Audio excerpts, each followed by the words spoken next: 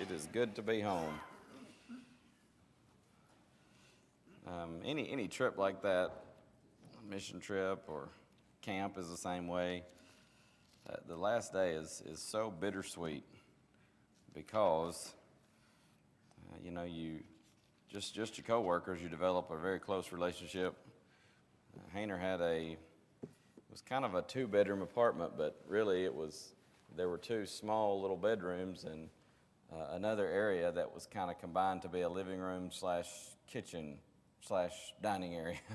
So it's a very small little apartment or whatever they call them down there, but we spent a lot of time in close proximity, so we got to know each other better and close to one another. We also spent a lot of time with members there and got very close to them. And so the last day,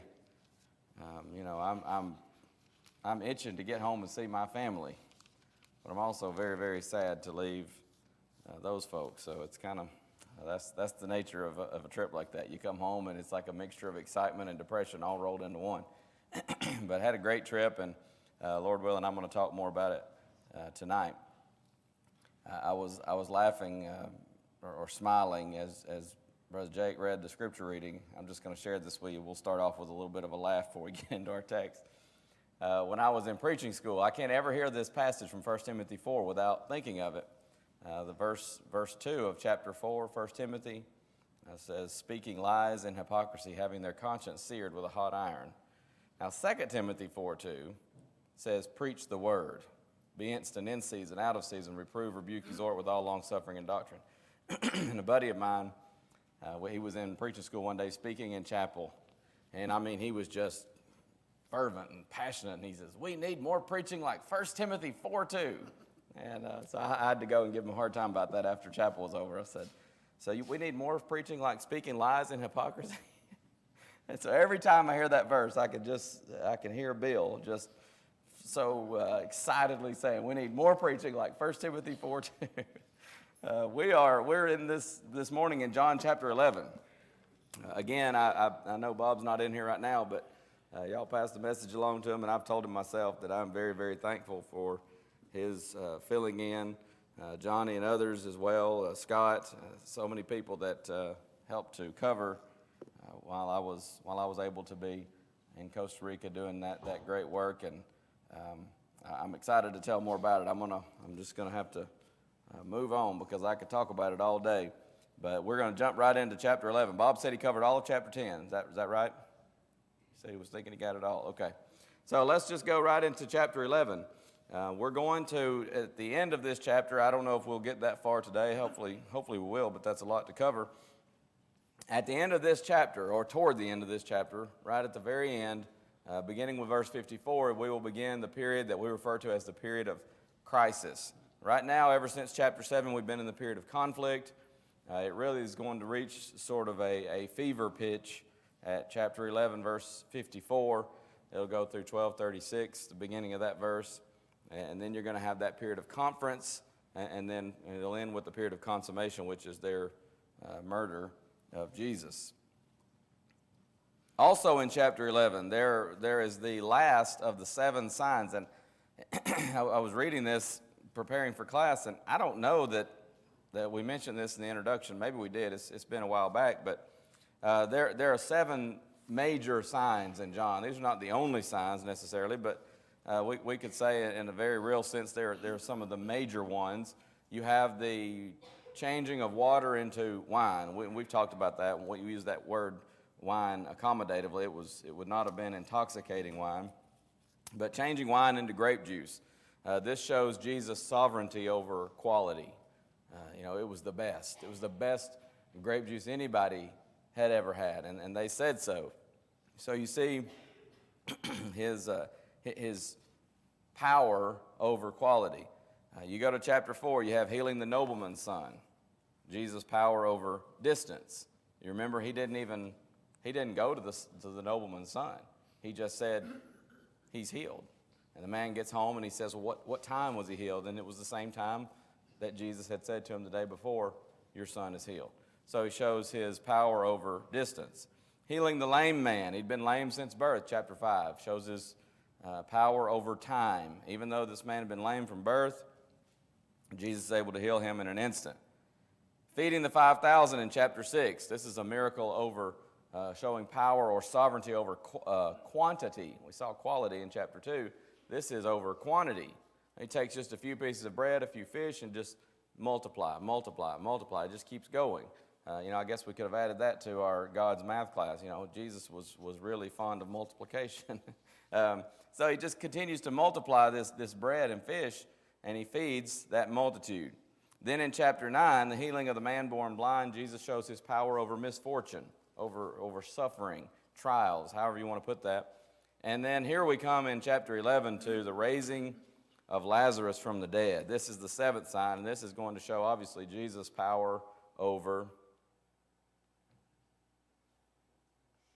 death itself. You can sort of see where this might very well be considered the culminating sign. He's going to show his power over death. Now, in other gospel accounts, you see Jesus casting out demons and showing his power over the spirit world in general. But over and over again, the miracles, the signs that they're sometimes called, synonymous terms, I saw in, I think it was this same guy's notes, that I thought was a good thing. When you think about signs, some people get so hung up on miracles today, and they think they can perform miracles. But when you look at the New Testament, signs, miracles, they were just that. They're signs, and they point people. When you go to, it might be some kind of art display, it might be a national park, but they're often signs. What do the signs do? They point you toward this fellow was using Niagara Falls. He says signs at Niagara Falls, people don't go gaga over the signs. They look at the falls. That's what it's all about. And so the signs tell you different things about this, different things about that, but they're pointing you to something. And so it was with the signs of Jesus. And even after Jesus resurrected and ascended back into heaven, the signs are pointing people toward the gospel. And you find folks that claim to be doing miracles today, and they're not pointing people toward the gospel. And that alone, that in and of itself tells me it's not of God. Because Jesus is always pointing people toward the Father, and the signs are pointing people toward Jesus, who is pointing people toward the Father. So, chapter 11, this will be the seventh culminating sign, at least within this book. A certain man was sick named Lazarus of Bethany, the town of Mary and her sister Martha. It was that Mary, parenthetical statement here, which anointed the Lord with ointment and wiped his feet with her hair, whose brother Lazarus was sick. Some people get so hung up over this statement, and they say, here's an error. It's saying something before it even happens. This doesn't even happen until the next chapter. Because in John 12, we're going to read about Mary anointing Jesus, wiping his feet with her hair. And so they say, that's an error. But obviously, sometimes you just shake your head at some folks, how nitpicky they try to be with pulling out something that is just not even there. John is writing this after the fact. And so he's just adding a note for his reader. This is the same Mary who, it's like you're writing a book about what's going to happen in a game, and you may mention a player and say, this is the guy who later on is going to hit the game-winning home run. Well, you're writing it after the fact. You're not, so anyway, it amazes me sometimes to see what people will do with that one little verse and say there must be some kind of a problem here with the book of John and the inspiration, but obviously there is not. So his sisters, verse 3, sent unto him, to Jesus, saying, Lord, behold, he whom thou lovest is sick. Jesus was very close friends with Lazarus, Mary, and Martha. They were very good friends of his. And so Jesus, when he heard that, he said, this sickness is not unto death, but for the glory of God, that the Son of God might be glorified thereby. By the way, another occasion you see Jesus in their house is Luke chapter 10, 38 through 42. Yes. What was going on that occasion? Does anybody recall? He's in the house of Mary, Martha, and Lazarus, and there's two very different things happening with the sisters.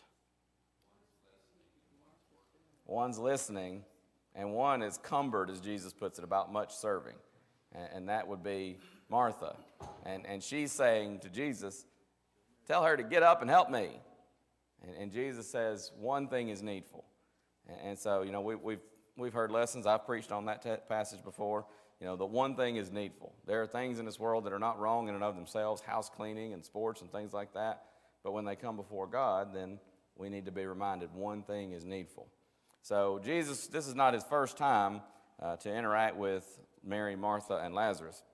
But he says the sickness is not to death, but for the glory of God. Ultimately, not to death. They're going to mistake a lot of his statements here.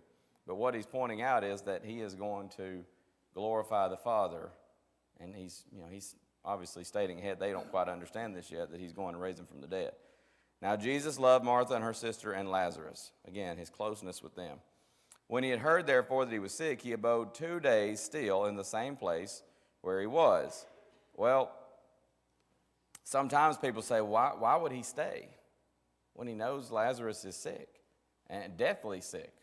Why would he stay 2 days in the same place where he was? Well, remember, as we say, God does everything in time and on time.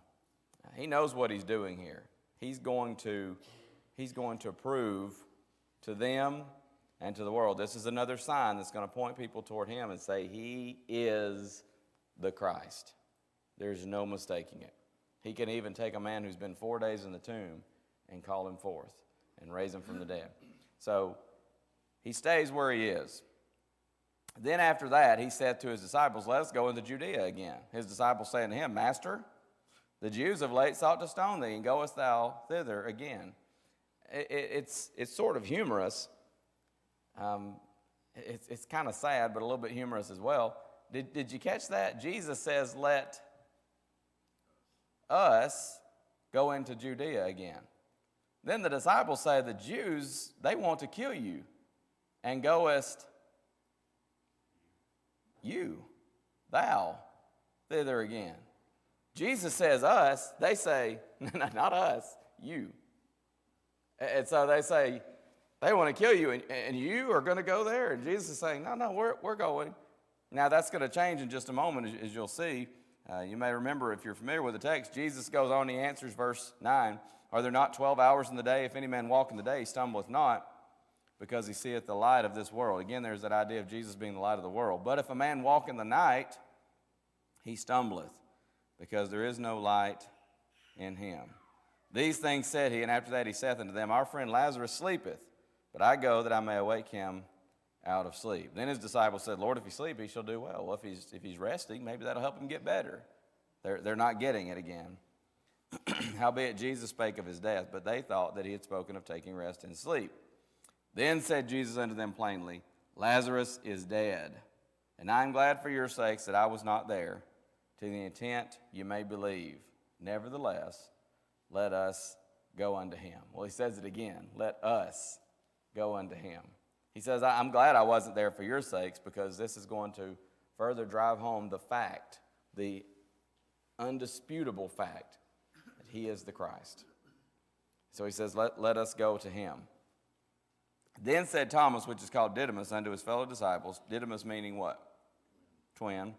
And he says to his fellow disciples, let us, now they're on board, let us also go with him, that we may die with him. He says, let's go, so that we can die with him too. And maybe he's thinking here, these are Jesus' disciples after all. Maybe he's thinking, he could raise us from the dead. He's not even thinking about Lazarus at this point. He's thinking about what Jesus keeps saying us. So, all right, let's go. And we'll go die with him. I think that shows some measure of faith. Now, their faith is going to waver later on, but, I think there's not a single person here of accountable age who can say, my faith's never wavered. But you got to admire their determination here. They know Jesus, we might say, is a wanted man in those parts. They want to seize him and to kill him. And ultimately, at first they say, you're going? Now they say, okay, let's go with him, and we'll die with him. Then, verse 17, when Jesus came, he found that he had lain in the grave 4 days already. By the way, I had some notes here from verse 11. He talks about our friend Lazarus is sleeping. I go that I may wake him up. Sometimes the Bible uses sleep as a metaphor for death. And we talk about this a lot at funerals, 1 Thessalonians 4, 13 through 18. But Someone made some parallels between death and sleep. Perfectly harmless. Sleep is harmless. In fact, in many ways it could be said to be helpful. Death, we think of it maybe as harmful sometimes because of the grief we feel for those who say goodbye this side of eternity to a loved one. But for a faithful Christian, death is perfectly harmless because he's destroyed death. Sleep is a welcome relief after the sorrows and toil of the day. Death would certainly fit that description, wouldn't it? We work, sometimes sing till Jesus comes, and then we'll be gathered home. Sleep, you lie down to rise again. Death would certainly fit that description. Sleep is a time of rest. Revelation 14:13, blessed are the dead that die in the Lord. Yea, saith the Spirit, that they may rest from their labors, and their works do follow them. Sleep shuts out the sorrows of life. If nothing else, you fall asleep, you may be dealing with a really stressful situation, it might be work, it might be home, it might be everything. But you go to sleep, and you sort of shut off the sorrows of life. Death certainly could be said to do that for the faithful Christian. Sleep is, he pointed out, the ease with which we are awakened. I guess that depends on who you are. My wife says I'm impossible to wake up. But, some people sleep heavier than others, I suppose. But, relatively speaking, there's the ease with which we are awakened. And likewise, for those who are dead, whether in Christ or not, there's going to be a moment, a twinkling of an eye. Jesus is going to call forth all that are in the graves. And, of course, the righteous to life eternal, the unrighteous to eternal death. Sleep is pointed out as being a time when the body is prepared for the duties of tomorrow. I like that description. A time when the body is being prepared for the duties of tomorrow. Death is not necessarily so much that God is in a state of preparation, but it is a transition from our today here on earth to the tomorrow of eternity. There's apparently no further word from Bethany, by the way, in verse 14, so it would seem that this is a statement that shows also, again, the omniscience of Jesus. He says very plainly, Lazarus is dead. No indication that a messenger came from Bethany to tell him that, but he knows because he's Jesus. He's God in the flesh. So they decide they're going to go with them. Maybe they're thinking if they die, Jesus can resurrect them. So verse 17 says he'd been dead 4 days already. This is going to make the time of death about the same time that Jesus received the message that he's sick. Now, verse 18, Bethany was nigh to Jerusalem, about 15 furlongs off. This somewhere approximately 2 miles. I've got a note in this Bible that says 1.875 miles, but it's right at 2. Many of the Jews came to Martha and Mary to comfort them concerning their brother. Now, they had a little bit different tradition as far as, burial rites and things like that. What people go through for burial, that's not a scripturally mandated thing. And so different cultures have different customs. Their custom was you bury first, then you mourn. You have, not even necessarily a funeral as we would perceive it, but they would have a period of mourning after the burial.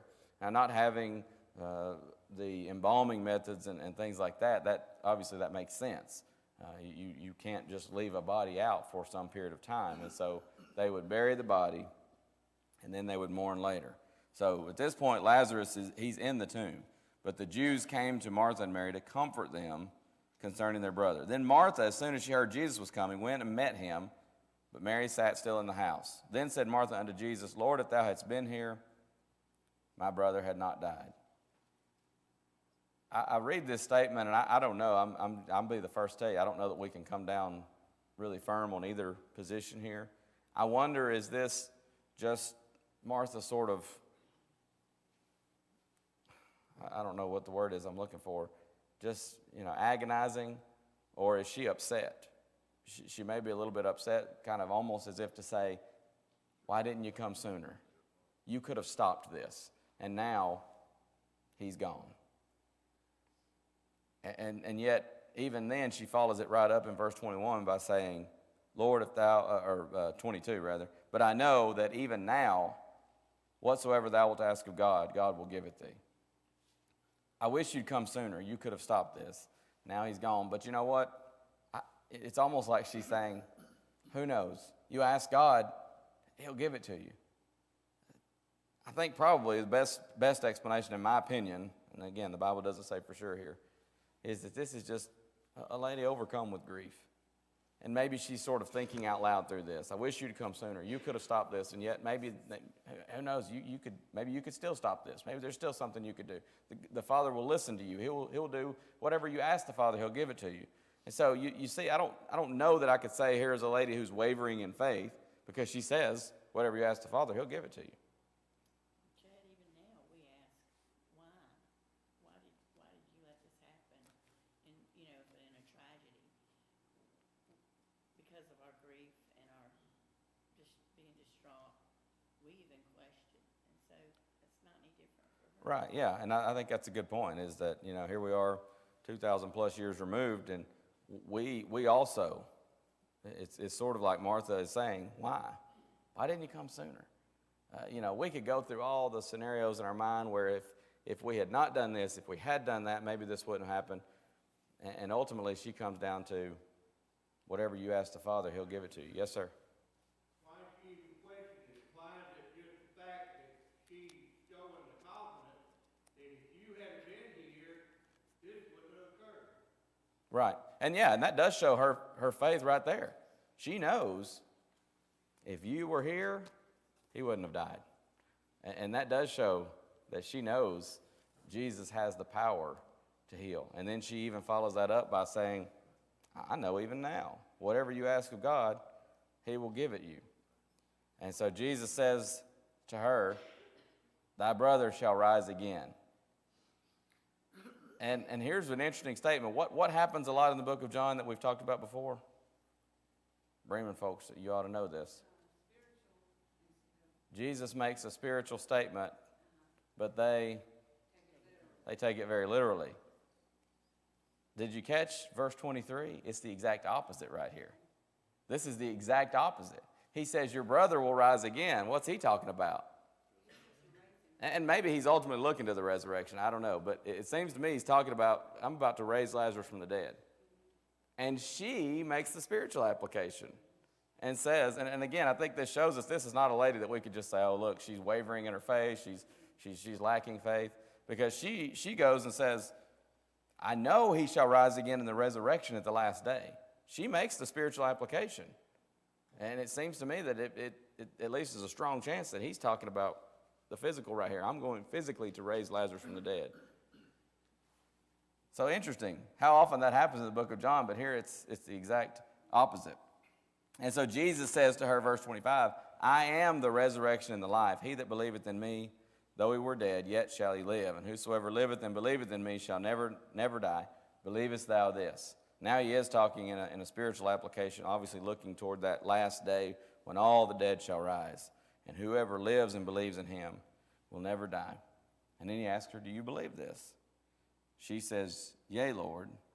I believe that thou art the Christ, the Son of God, which should come into the world. What a confession she makes. She says, I believe you are the Christ. You think about how precious few people were willing to admit that when he was on this earth. Some people would say, we've seen it a lot in the book of John, he's a good man. Some people say he's that prophet or like unto Moses or something like that. But how many people said, I believe you are the Christ, the Messiah, the hope of the world? There's just not a whole lot of people that make that confession. Here's Martha making that confession. When she had so said, she went her way and called Mary, her sister, secretly, saying, the master is come and calleth for thee. Well, she calls her privately. Why? There's this period of mourning, and so it was very common, and sometimes this happens today. Sometimes you're just so thronged.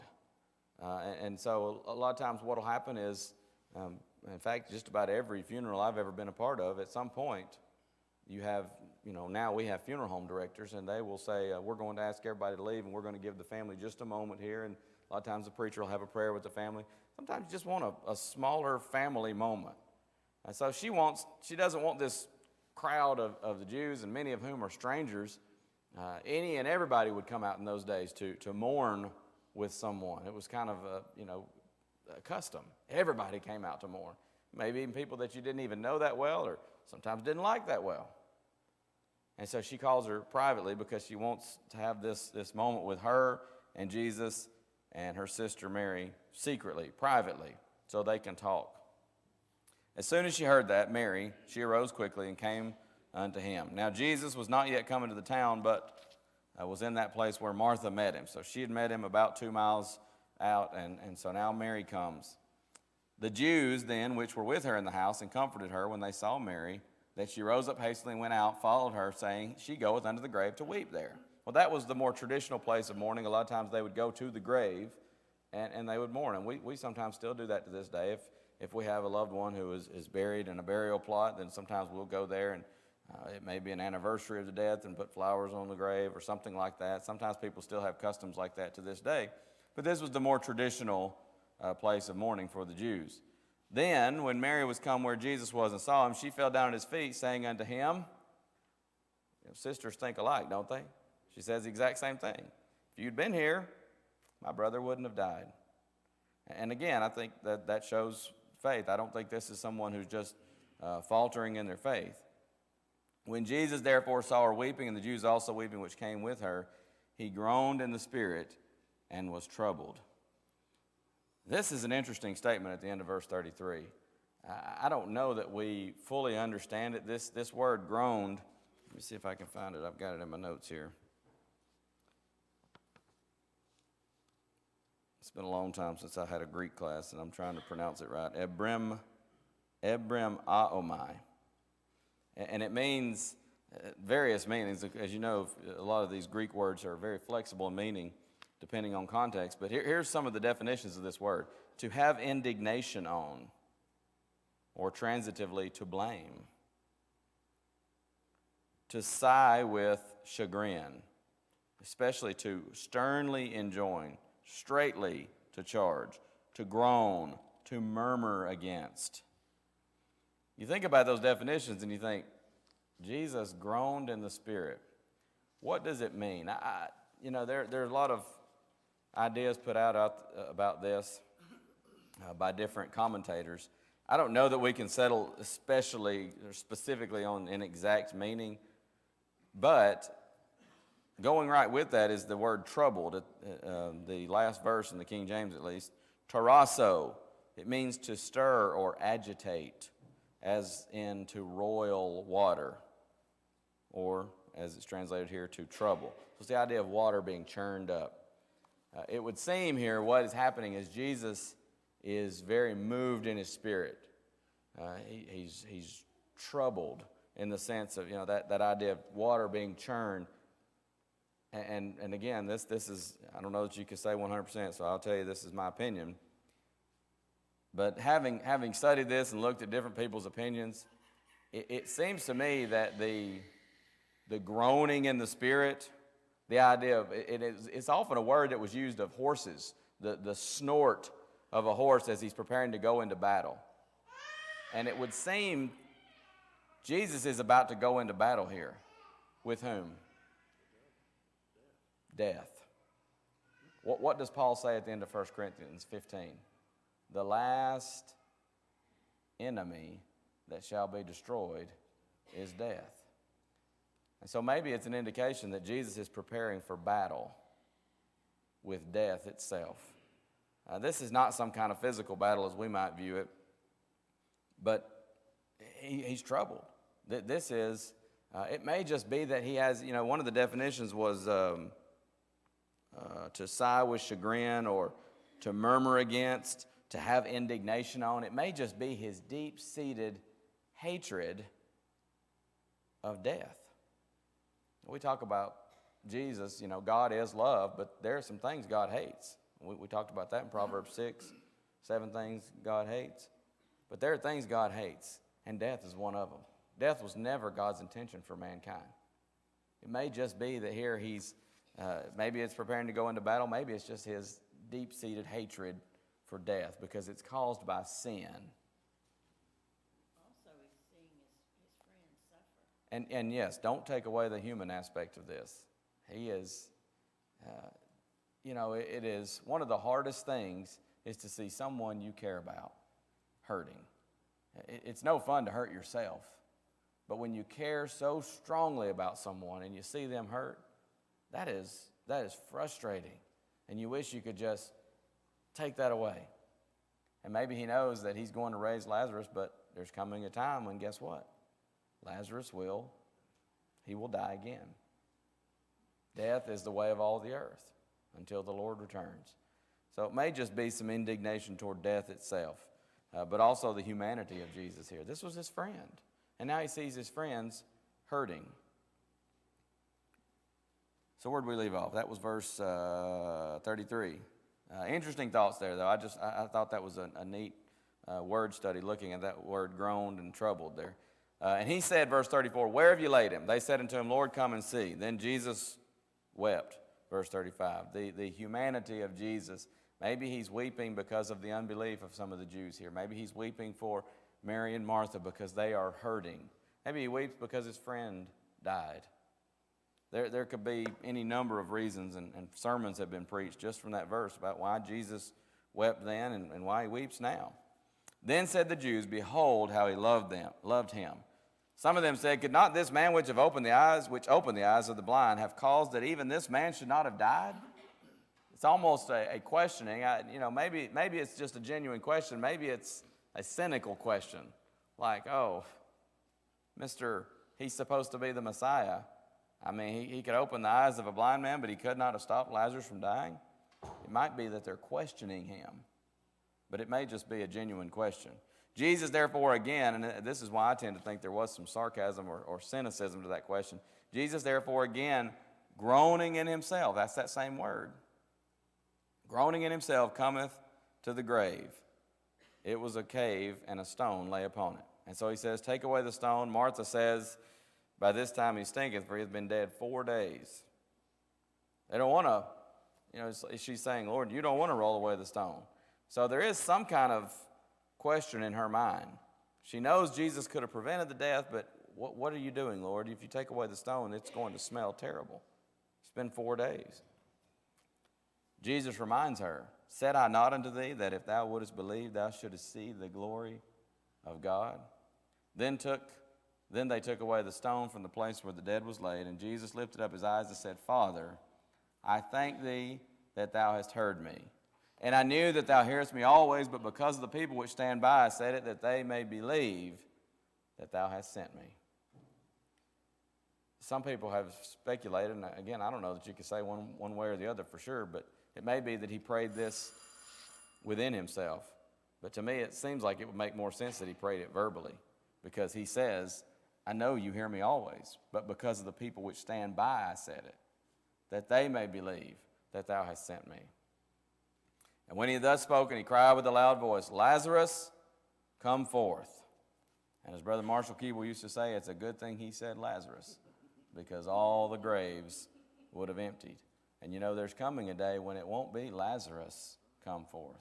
It won't even be Chad, come forth. It will simply be, come forth. And all the graves will empty. That's the power of the Son of God. He that was dead came forth, bound hand and foot with grave clothes, and his face was bound about with a napkin. Jesus saith unto them, loose him, and let him go. Many of the Jews which came to Mary and had seen the things which Jesus did believed on him. Well, some people did believe as a result of this miracle.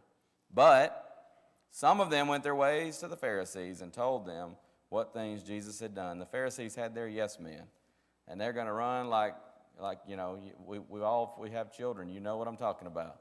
One little child does anything, and they even perceive it to be wrong, and they come, Mama, Dad, and they want to tattle. So they, Pharisees, look at what he's done now. They got to go tell the Pharisees. Some people had enough sense to sit there and say, wow, this is the Christ. How do you dispute that? It's kind of like sometimes you study with somebody and they see the truth of God right in front of them and they say, I need to go talk to my pastor about this. And I tell people, I don't mind. It's not that I'm afraid of, healthy debate or studying something out, but if it's right there in front of you, you don't need to consult with a human being. You just need to obey God. So they run to the Pharisees. So then there's a quick council called together. The chief priests and the Pharisees called a council, verse 47. They said, "What do we? For this man doeth many miracles." They didn't say, this charlatan, he's fooling the crowds. They said, "This man doeth many miracles. What do we?" Maybe you should believe. Maybe you should change. Never once crossed their mind. You talk about stubborn, hard-hearted people. Heard one preacher say they had a bad case of the dummies. It wasn't dummy. That wasn't their problem. Their problem was just stubbornness, hard-heartedness. That's the only thing you can say when people see a man walk forth out of the grave that's been there for 4 days, and you turn around and say, "Well, what are we going to do? This guy's doing some really powerful miracles. We got to do something." In fact, they even say, "If we let him thus alone, all men will believe on him, and the Romans shall come and take away both our place and nation." The Romans are going to come and take away our nation. Guess what happened? The Romans came and took away their nation. Why? Not because Jesus was doing miracles. Don't ever forget, AD 70 was not just, Rome is sick of Judea and Jerusalem in particular. AD 70 was God Almighty's judgment upon that nation, his final severance with the physical nation of Israel for their rejection of the Messiah. They say if we don't do something, we're going to lose our place in nation. And they lost their place in nation for the very reason that they did something about it. How ironic. One of them, named Caiaphas, being the high priest that same year, said unto them, "You know nothing at all, nor consider that it is expedient for us that one man should die for the people, and that the whole nation perish not." This spake he not of himself, but being high priest that year, he prophesied that Jesus should die for that nation, and not for that nation only. Calvinists listen closely, because some people say he just died for the elect. And not for that nation only, but that he should gather together in one the children of God that were scattered abroad. He's dying for all mankind. From that day forth, they took counsel together for to put him to death. Caiaphas doesn't even know it, but he's prophesying about the death of the Messiah, whom he refused to acknowledge as the Messiah. You see the power of God? Just like Pharaoh. Pharaoh's raised up for the glory of God. Sometimes Calvinists will take that and say, "Look, see, Pharaoh was predestined. He had to reject God. He had to disobey God." No, God says, "I just raised you up for my glory." And so if Pharaoh says, "Okay, God says let my people go," well, he is Jehovah. He is the one true God, so I better do this. I'm going to let him go. That glorifies God, because the most powerful nation in the world just let go all of its slaves because this God, Jehovah, said so. But if he refuses, as he did, then guess what? God is glorified, because one plague after another brings Pharaoh to his knees. And God says, "You will let my people go." 54 tells us he walked no more openly among the Jews, but went thence into a country near to the wilderness, into a city called Ephraim, and there continued with his disciples. This begins the period of crisis. Things are at a fever pitch, and they have decided we've got to get rid of Jesus. And the only true way to do that is to kill him. That is their decided course of action at this point. Lord willing, we will pick up there next Sunday with verse 54 and begin this period of crisis and go on into chapter 12 as far as we can get. Thank you very much for your time and attention this morning.